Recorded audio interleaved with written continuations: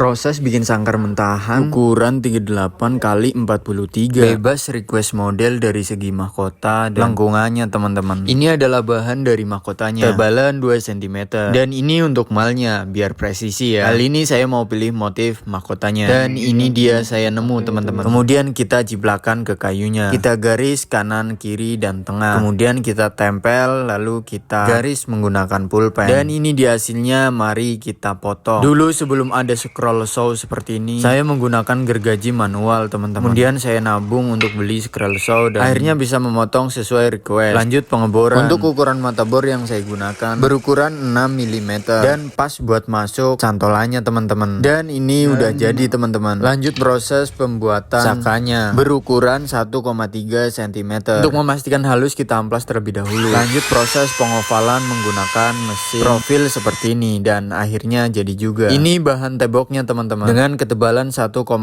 cm dan untuk bagian belakang 1,1 cm dan ini untuk bagian depannya. Proses pengeboran lagi guys, saya menggunakan mal seperti ini agar hasilnya rapi dan untuk rujinya pasti lurus. Untuk jalan kerapiaknya saya profil seperti ini biar rapi dan awet pastinya. Dan ini proses pembuatan lengkungannya teman-teman. Kita persiapkan papan terlebih dahulu, kemudian kita garis gunakan mal lalu kita potong dan hasilnya seperti ini. Ini adalah bagian yang menurut saya paling seru, yaitu pembuatan sabuk sangkarnya. Masih sama, kita menggunakan mal seperti ini dengan ukuran lubang 2 mm. Dan ini adalah mesin dowelnya guys, menggunakan dinamo dengan ukuran dowel 8 mm.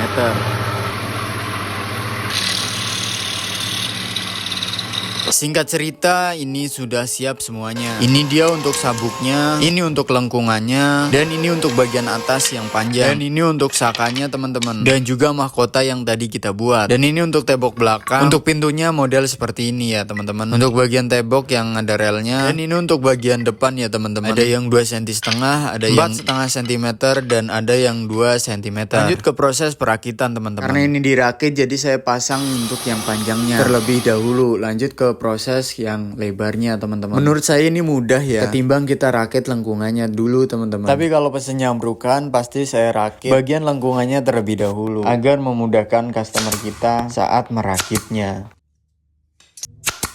Dan alas bagian bawah sudah jadi. Dan ini ada lubang yaitu untuk sabuknya ya teman-teman. Dan pintunya seperti ini, bukaan ya. Sabuknya copotan. Pintunya udah jadi lengkap. Dan ya akhirnya jadi juga teman-teman. Sangkar mentahan nomor 2 langsung kita kirim ke customer kita. Next project apa lagi nih? Tolong dong komen, jangan lupa follow ya. Dan nantikan project terbaik selanjutnya. Terima kasih.